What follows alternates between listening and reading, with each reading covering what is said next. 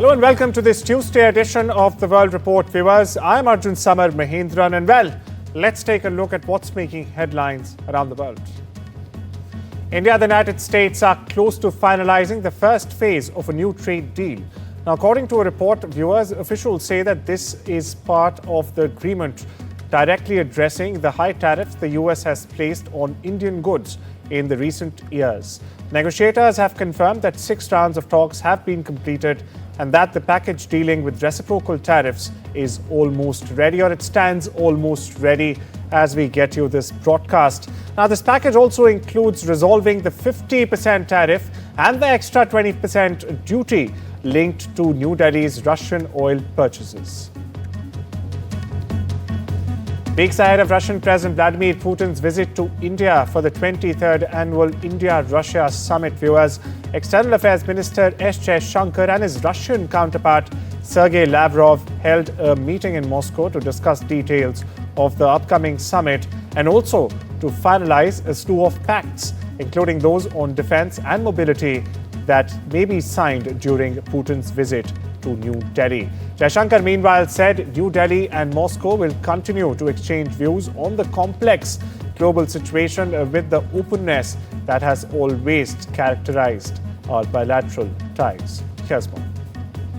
The occasion, for me, is all the more important as we prepare for President Putin's visit to India for the 23rd annual summit. A number of bilateral agreements, initiatives, and projects are under discussion in various fields. We look forward to the finalization in the coming days. This will certainly add more substance and texture to our special and privileged strategic partnership. India supports recent efforts towards establishing peace. We hope that all parties approach that goal constructively. An early cessation of the conflict and ensuring of an enduring peace is in the interest of the entire international community.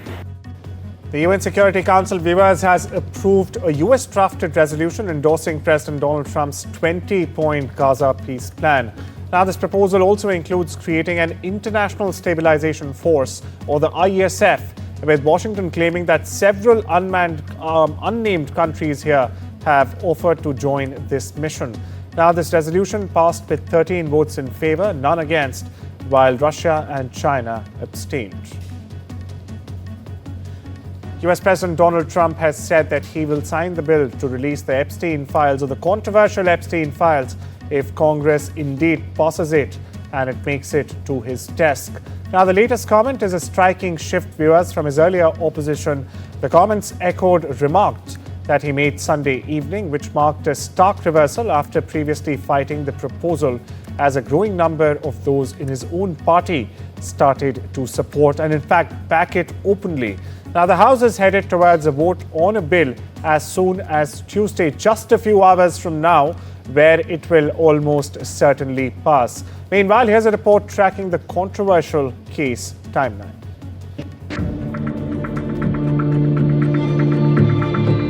It all begins February 21st, when the Attorney General Pam Bondi casually tells Fox News, "The Epstein materials are sitting on my desk." That off-the-cuff remark lights the fuse. 6 days later, on February 27th, conservative influencers parade out of the West Wing, holding binders labeled Epstein Files Phase 1. The White House says it wasn't briefed, a move that has insiders whispering crossed wires. By May 8th, the Congress is done waiting. A declassification task force formally demands the files. Bondi misses the May 16th deadline. The development fuels bipartisan irritation and internet suspicion. Then July 7th, the Justice Department and FBI say their review found no Epstein client list at all and recirculate hours of video reaffirming Epstein died by suicide. But missing camera footage surfaces and the pot boils over. In July, MAGA backlash erupts as influencers hammer Bondi. Trump steps in July 12th, calling her fantastic and urging his boys and gals to stand down. But the genie is out of the bottle and Capitol Hill wants its own answers. Bipartisan petition grows on July 15. Lawmakers Thomas Massey and Ro Khanna push a discharge petition to force a House vote. Signatures rise but fall short of 218. Maxwell interviews begin late July. A transcript later claims she insists no client list exists. Soon after, she's moved from low security to minimum security custody, adding more fuel to the rumor mill.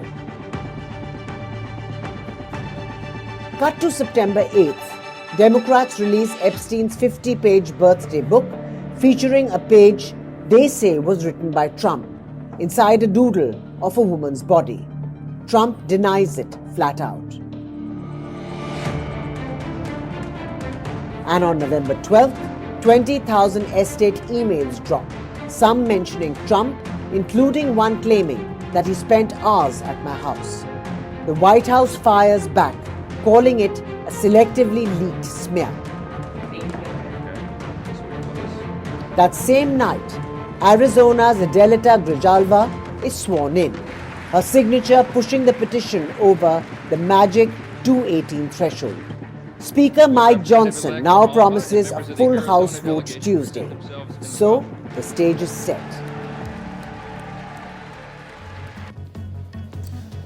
Well, you saw the Epstein timeline there. Now on to the political fallout, where former Treasury Secretary Larry Summers has in fact announced that he would be stepping back from public life and conveyed deep regret for past messages with disgraced financier Jeffrey Epstein.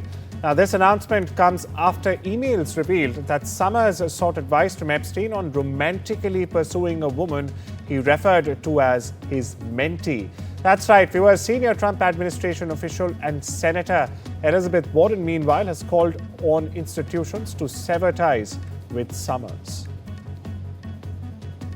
We shift our gaze to Eurasia, where Ukraine is set to receive up to 100 Rafale F-4 fighter jets and advanced air defense systems from France under a major new defense agreement aimed at strengthening Kiev's protection against Russian attacks.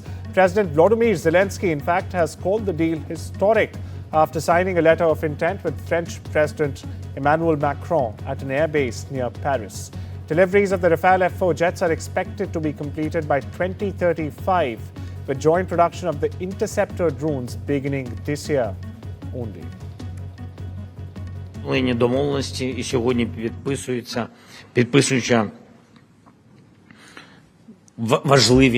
важливі документи про значне посилення наших оборонних спроможностей. І перше, це Україна зможе отримати 100 літаків Rafale F-4, дуже сильні французькі радари, 8 систем протиповітряної оборони, сам ті, по 6 пускових. Ну це деталі, напевно, це для когось технічні деталі, а для нас це важливо. Aujourd'hui, nous franchissons une nouvelle étape. Avec cet accord, nous continuons à miser sur le rapprochement et l'intégration de nos industries de défense pour continuer à soutenir l'Ukraine, la modernisation de ses forces armées qui restent en première ligne et qui sont la première ligne de défense de l'Europe, et la dissuasion contre l'agression. US President Donald Trump said he will sell one of the world's most advanced aircraft, the F-35 fighter jets, to Saudi Arabia, while praising the nation for its committed alliance. Now, this announcement, viewers, came on the eve of the Saudi Crown Prince's first visit to Washington in more than 7 years. That's correct. The Saudi Crown Prince arrived with a wish list, including receiving formal assurance from Trump for US military protection as well. Donald Trump said he's willing to sign legislation to impose sanctions on Russia. Now this, if he retains decision-making authority. Trump said it was okay with me that Republicans are working to impose sanctions on countries doing business with Russia. However, House leaders have held off bringing the legislation to a vote. Now this comes as Trump has preferred to impose tariffs on India, the world's second leading buyer of Russian oil. Over in New York City, Mayor-elect Zohran Mamdani said on Monday that he hopes to meet with US President Donald Trump. Why? To discuss affordability. The Democrat confirmed that his team reached out to the White House to set up a possible sit-down with Donald Trump. Now, this essentially means that the political polar opposites could potentially be in the same room to discuss key issues. Now, very importantly, viewers, remember here that Trump made a similar comment just 24 hours before Mamdani made his comment. Listen in, meanwhile, to what Mamdani said. Is SNAP and food benefits something you would bring up to the president? He mentioned yesterday he'd like to meet with you. Did your team reach out? And is this one of the first areas of conversation? My team reached out to the White House to fulfill a commitment I made to New Yorkers over the course of this campaign, a commitment that showed a willingness to meet with anyone and everyone so long as it was to the benefit of the 8.5 million people that call the city their home, and so long as it would help to address the affordability crisis that is pushing so many of them out of this city. Donald Trump also spoke at the McDonald's Impact Summit on Monday about cost of living, tax cuts, and even affordability all around. Now, feeling pressure from Americans, Trump told owners, operators, and suppliers alike of McDonald's that his administration, in fact, is taking up measures to combat inflation. The American president also introduced himself as McDonald's first former fry cook to become president, referring to his 2024 campaign, where he briefly also worked at a McDonald's. Listen in. I'm honored to stand before you as the very first former McDonald's fry cook ever to become president of the United States. And I actually was there for about 30 minutes, and that was 30 minutes longer than Kamala was there. Despite her job at McDonald's, that didn't work out too well. All Smithsonian museums, research centers, and even the National Zoo have reopened after the longest US government shutdown. Now, after being closed for more than a month, viewers, the financial impact is still being calculated from all the way, not from coast to coast. Now, during the 35-day showdown in 2018-19, Smithsonian's 19 museums lost more than 1 million visitors and $3.4 million, almost $3.5 billion in gross revenue. Although previous government shutdowns forced museums and other cultural sites to permanently close as well. Across the English Channel, viewers, the British government is set to tighten its asylum system, as announced by Home Secretary Shabana Mahmood on Monday in the House of Commons. Now, Mahmood said that the new policy would deter migrants who don't stay in the first safe country where they land, but instead asylum shop across Europe to find the most attractive place to settle in. Now, the new reforms would revoke UK's legal duty to provide support for asylum seekers. To be permanently settled, refugees now would have to wait 20 long years instead of the original 5. Over in Asia, China's Foreign Minister Wang Yi exchanged high-level exchanges in a call with his Japanese counterpart, hinting at a potential meeting between Chinese President Xi Jinping and Japan's new Premier, Sanae Takichi. Xi and Takichi will attend this week's Asia-Pacific Economic Cooperation Summit in South Korea. Now, this also provides a window for possible meeting on neutral grounds between the two world leaders. Japan has postponed the release of at least 2 popular Japanese films in China amid a dispute over PM Sanae Takichi's remarks concerning Taiwan. Now, additionally, the sales of movie tickets currently available in China have significantly fallen as the row has deepened. Takaichi suggested earlier this month that Tokyo could militarily take action if Beijing attacked Taiwan. A group of gunmen in Nigeria abducted 25 schoolgirls on Monday and killed at least 1 staffer. Now, the girls' viewers were taken from their dorms early morning around 4 a.m. The abductors were armed with sophisticated weapons, as we're getting to learn, and they also exchanged gunfire with the guards present at the spot. No group has yet claimed responsibility for the abduction, and the motivations still remain unclear. Meanwhile, Nigeria is facing a major problem when it comes to security, especially from armed bandits who specialize in abductions for ransoms. Pope Leo XIV has urged countries at the United Nations climate talks to take concrete actions to stop climate change. Now, the Pope played a video message for religious leaders gathered in Belém. Not only this, he declared that humans are failing in their response to global warming. Listen in. Strong climate actions and policies. Both are an investment in a more just and stable world. We walk alongside scientists, leaders, pastors of every nation and creed. We are guardians of creation, not rivals for its spoils. Let us send a clear global signal together. Nations standing in unwavering solidarity behind the Paris Agreement and behind climate cooperation. US schools in Haiti were closed on Monday and parents were asked to keep children at home following weeks of increasing gang violence. The intense gang activity has led the national police to a general mobilization and the streets have witnessed less traffic than usual. Only last week, a group of suspected Haitian gang members fired on American forces protecting the US embassy in Port-au-Prince. Veteran politician Sally Berisha led protesters on Monday in Tirana calling for the resignations of Prime Minister and Deputy Prime Minister. Deputy Prime Minister Belinda Baluku is being investigated by the country's corruption watchdog and has also yet to resign. Berisha announced to protesters that the rally would mark the start of a people's parliament. The politician went on to accuse the current government of rigged elections.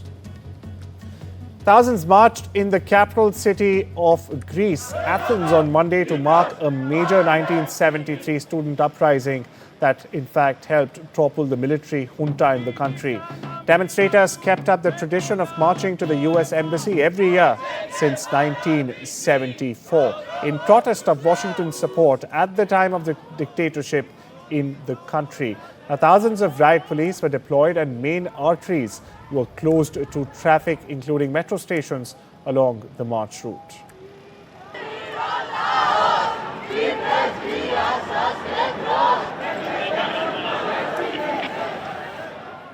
Thousands of miners protested in Peru's capital, demanding for work permits to continue working in certain mines. Now, this, viewers, comes as Peru has eliminated altogether more than 50,000 temporary permits to informal miners that had allowed them operations inside or within Peru's territory.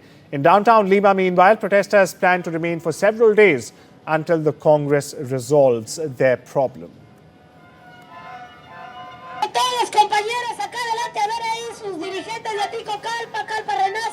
Protesters in Slovakia on Monday used the anniversary of the 1989 Velvet Revolution that in fact brought an end to decades of communist rule in Czechoslovakia to voice their protests against populist Prime Minister Robert Fico and his pro-Russian policies. Tens of thousands of braved heavy rain in the capital, Lima, while protest rallies and marches took place in dozens of other cities and towns across the country. Viewers, Fico's government recently has cancelled the national holiday on the 17th of November that marked the revolution as part of austerity measures.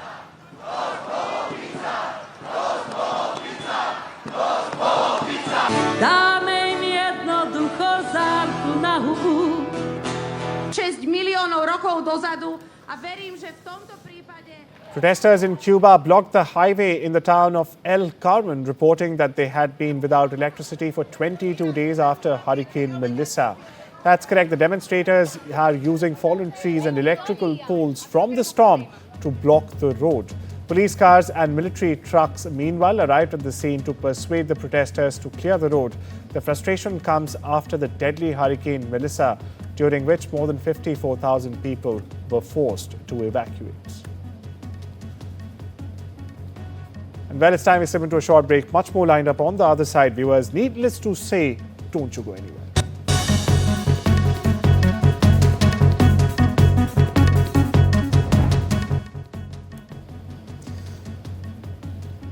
Welcome back, viewers. On to updates from the world of business and technology, where the celebrated designer behind iPhone Air, Abhidur Chaudhry, has in fact departed from Apple. Chaudhry was featured in the launch video of iPhone Air. Now, his exit marks the rapid turnover inside the company's most influential team. Now, all this at a time when the continuity of the design is already under strain. Now, the current Apple group is now a mix of younger designers and industry recruiters. World of sports viewers, the first India-South Africa test in Kolkata has set off a major cricketing storm.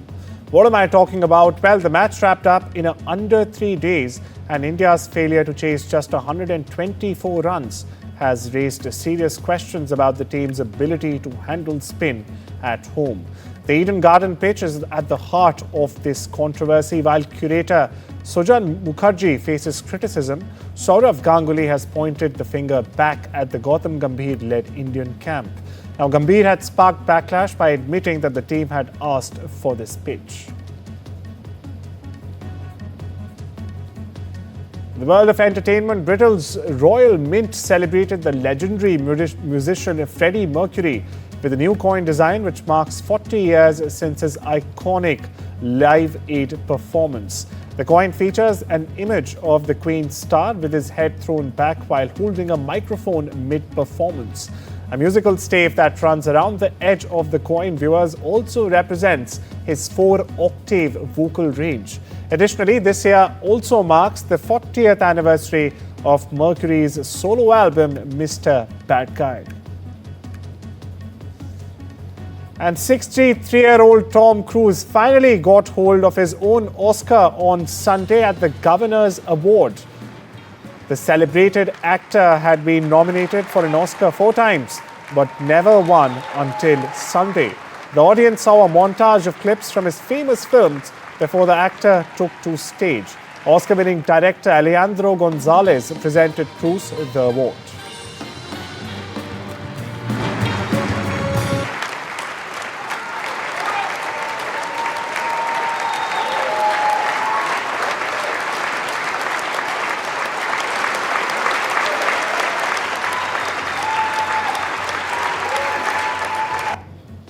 Well, those are all the updates we have for you this Tuesday. Take care. I'll see you tomorrow. Meanwhile, have a wonderful day.